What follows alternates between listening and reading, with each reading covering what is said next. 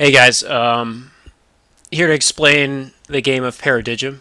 So, how this is going to work is you've seen this sheet over here on the side before, and below me is the map down there. Everyone has chosen their locations. Other than the locations that were chosen, those are all going to be CPU. So, those are going to be non real players that compete in the game that can be taken over, can be assigned certain things, can be allied with and traded with, things close to that nature.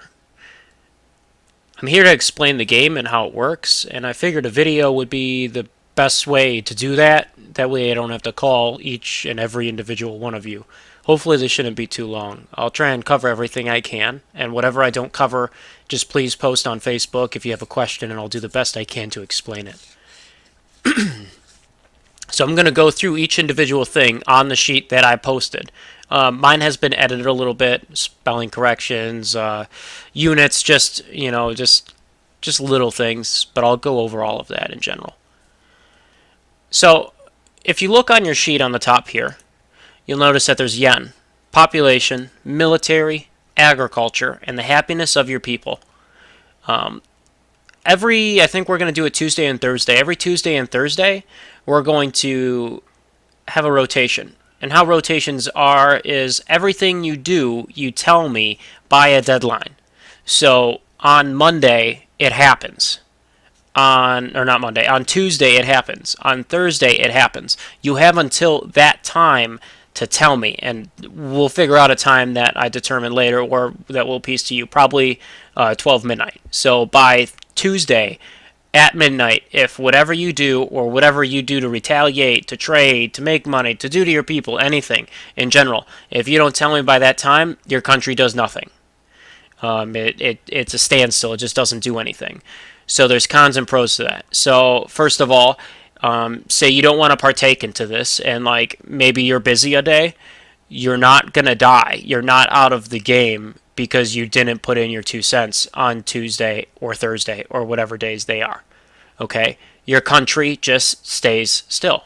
You don't progress, you don't lose, yada yada. But say A is attacking B. And on Facebook, I will tag you in all these posts, and all of what happens is public knowledge except what people message to me. So if there's spies, such like that, I can't make that public knowledge because that defeats the purpose. But for instance, if A attacks B and B doesn't talk, doesn't retaliate, and I made a post on Facebook, A attacks B, and since B is doing nothing, A wins. So just keep in mind that. I will do my best to make contact with you, to try my best to get a hold of you so you know what's going on.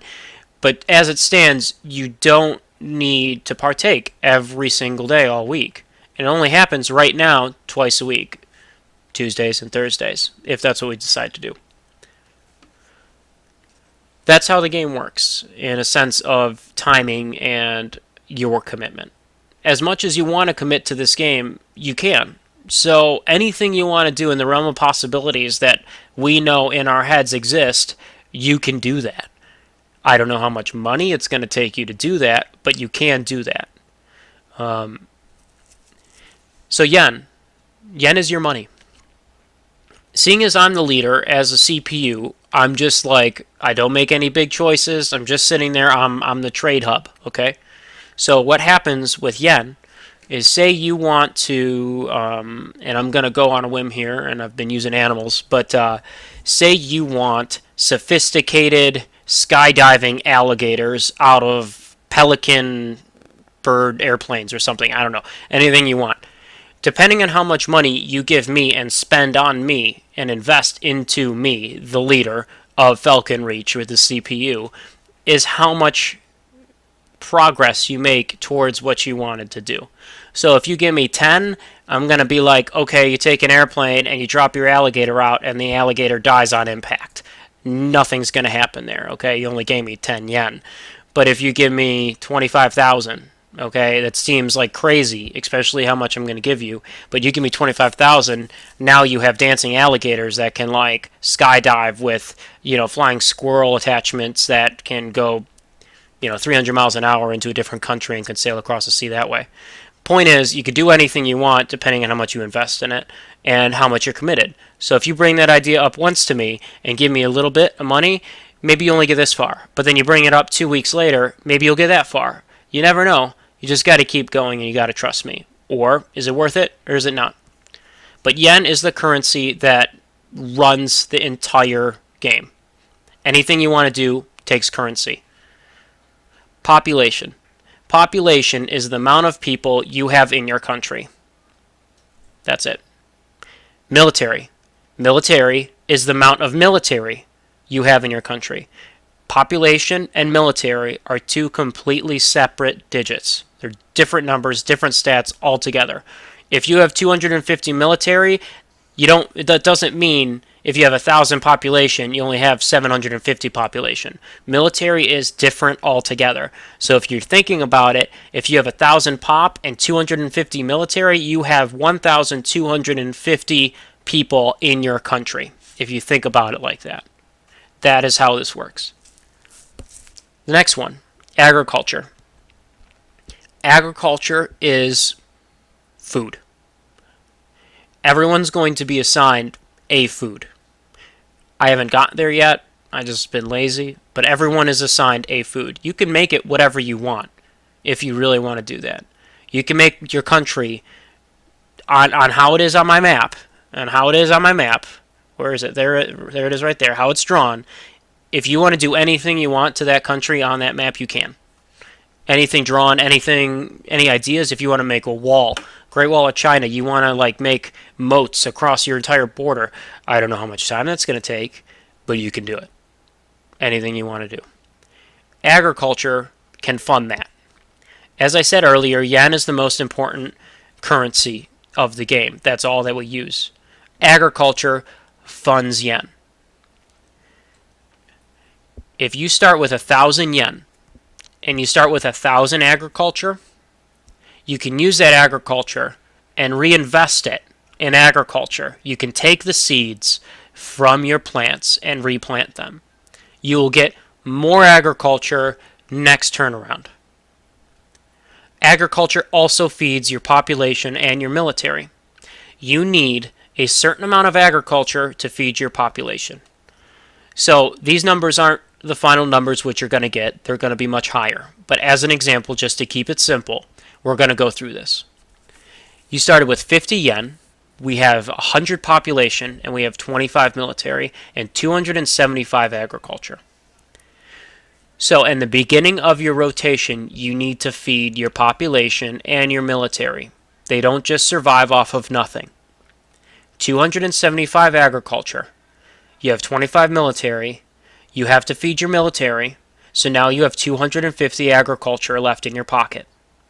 You have 100 population. You have to feed every one of your population. You now have 150 left in agriculture. You can sell that 150 of your remaining agriculture after you've fed your military and population to produce yen. So you have 150 ag. 150 ag sold to the market, me, gives you 200 yen total. 150 of the leftover agriculture plus the 50 you already had, you would have 200 yen total. Or you can take that agriculture and you can reinvest it into agriculture. So you take that produce, that access that you have, and you replant it into the ground. You take whatever. If it's a cow, those cows had that many whatever, now you have that many calves that produce that much more meat next time. Whatever you choose to produce, whatever you choose folds over. So now I have 275 agriculture, right? That's what we had. We had a remaining 150. This total does not go down. On this sheet, this total does not go down. You spent all but 150 of it, but this does not go down. You're still going to get 275 agriculture the next time you rotate. So if this all happened on a Tuesday, on Thursday, you're still making 275. You don't lose that. But I invested that 150 back in. So I take this, put 150 in it. So now our total 425. Right? 1, 375, 425. So now your overall agriculture is 475. The next rotation, so this happened on a Tuesday. You invested that 150 to add to the 275. So now you spent all your food. Now it's 425. So now we bring this down. This number, again, stays the same. And now that you invested, it's permanently invested. That is your new base. Population. Military. Yen. You feed your pop. Once again, first thing rotation. Now you have 400. Now you have 300.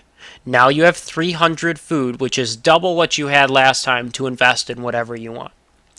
Whether cash it into yen to get a total of 350 to throw to me to maybe do some research, or buy some pop and military. You have 300 agriculture. If you look over here to my conversion chart, 2 agriculture equals 1 person. If you give 2 agriculture, you get 1 person. So with 300 agriculture, you now have produced, or not 200, 300 agriculture, you have now produced 150 population. So now your population is 250, which can mean more work done. Depends on how you run your country, but maybe more population is what you want. Maybe that's a good thing. Maybe you want a lot of population, so one day in case something happens, just like this, you can convert it into military. As a side note, you cannot have more than 25% of your entire population be military. So if you have 100 military or population, you can only have 25 military. You cannot exceed this unless perhaps you did research, or perhaps you run a dictatorship, or things along that line. Be creative. You can do things like that. If you can break the rules if you give me reasonable clause. So now you have 420 agriculture. All that was reinvested. You have that much more. Now you're producing this. If you keep doing this, you can, very much so, but I have a cap. I'm going to cap it at probably 5,000. I'm not sure yet, but that's going to be the cap. And until you get to that point, you cannot make more in that country. And I think the way I have it is every country can give you 5,000. I think. I'm not sure. So that means you have to take over more countries to make yours bigger and larger. To progress the stats that you have. We haven't gone over happiness of people. The happiness of people is a gauge that I give on your country, depending on your dictatorship or your government, anything. The way you treat your people. If you have a very high military compared to your population and they're swarming in your cities, people are going to be uncomfortable. You know, things like that can happen. Just little minuscule things. Say you don't feed your population. Say you decide to take all that agriculture and put it right into yen and sell it, because that's all you can do. Maybe you're being attacked, whatever. But you don't feed them. Maybe they're terribly unhappy and decide to burn everything you have. That can happen. That all goes into happiness of people. Everything like that is related to happiness. And that's just how interior your country is doing. So if your country is happy, you'll probably do good. Happy people do happy things. Just like in the Lego movie, the happier your people are, the more progress will get done. If your happiness is so high, maybe it only takes 1 agriculture to get a population. Maybe you guys are just frisky, you know? Maybe everyone in your country is frisky, who knows? But point being is, good things happen when your country is happy. Bad things happen when your country is not happy, depending on the situation. We all just got to take this in effect. So, let me see, what else am I going over? Name, capital, allies. Okay, so everyone can have allies and everyone can have enemies. Allies just work together. It can be on the books or off the books. I don't care. You don't even have to tell me, to be completely honest. But, for instance, if A was attacking B and B was allies with C, and B, if you recall, wasn't here, C could help B out. Maybe. Who knows? You know, we don't know. If C wanted to even. Or maybe A is allies with C. So maybe A and B both attack, or A and C both attack B and split the profit. Who knows? Whatever you guys decide to do is all up onto you. But that's about enemies and allies. Trading. As I said before, everyone has a produce or agriculture. Everyone produces a certain type of agriculture. And everyone also needs a certain type of agriculture.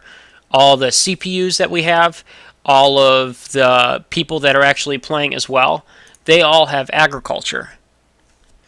What I mean by that is, if I produce apples, I don't want apples. But say, whoever. Say we'll just choose a number. Okay, I'm Talon, but say 12. Okay, I can't show you. I can't point on it, but 12 on the map. They produce oranges, and all I want is oranges, and all he wants is apples. If we trade what I want and what you have, I'm trying to explain this in a better way, sorry. Everyone has a resource that they want and that they produce. If a country and another country match up what they produce and trade to a country that wants that item, so I produce apples and Dale's country, or whoever, I think Dale's 12. If Dale's country wants apples, if I trade that to him, it's a 1-to-1 ratio, but both sides get an extra yen.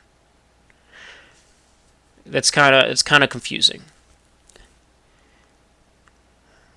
Give me a second. In the game, if you don't trade, you are not penalized. If you trade your agriculture in for yen, you always get a 1-to-1 ratio. That's all it is a 1-to-1 ratio. Every one agriculture for every 1 yen, that's how it works. One agriculture gets you 1 yen. When I trade one of my agricultures with a country that wants my resource, not only do I get that 1 yen, but I also get another yen. So now agriculture has a trade of 2 for 1. I get 2 yen for 1 agriculture.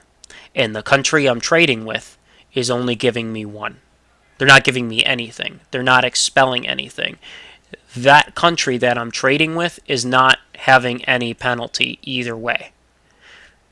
So my point is, being an ally and working together on trades at least is very smart. You can double your income. You can move that much faster.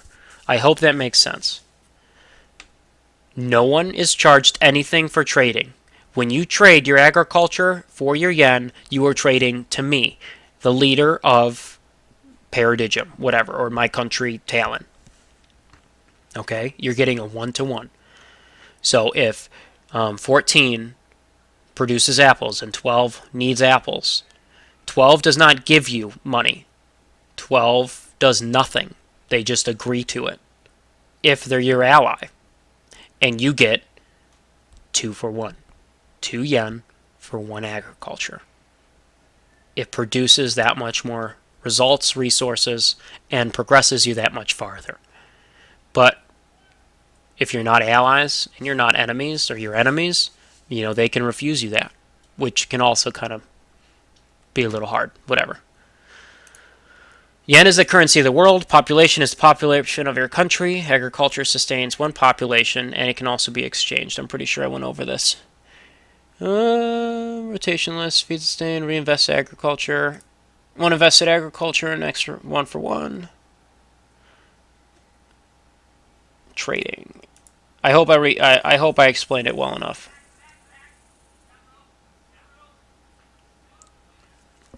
Okay, so rotations. Going back to that.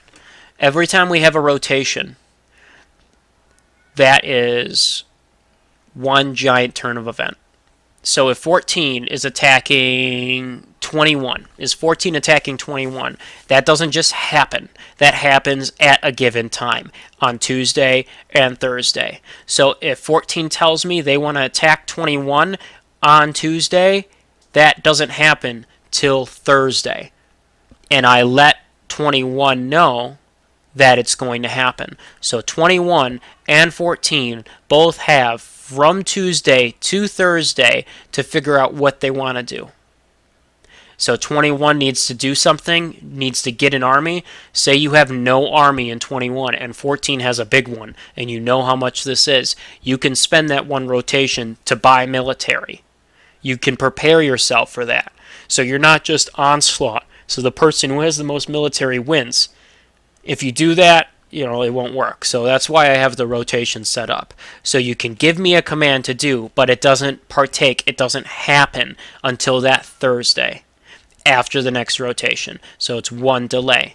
If you want to move across the map to get to that country, it takes one rotation. I'm pretty sure I'm just going to make it one rotation across the map. So if you're on the opposite corner of the map, it still only takes one rotation to get there. I'm pretty sure I'm going to do that.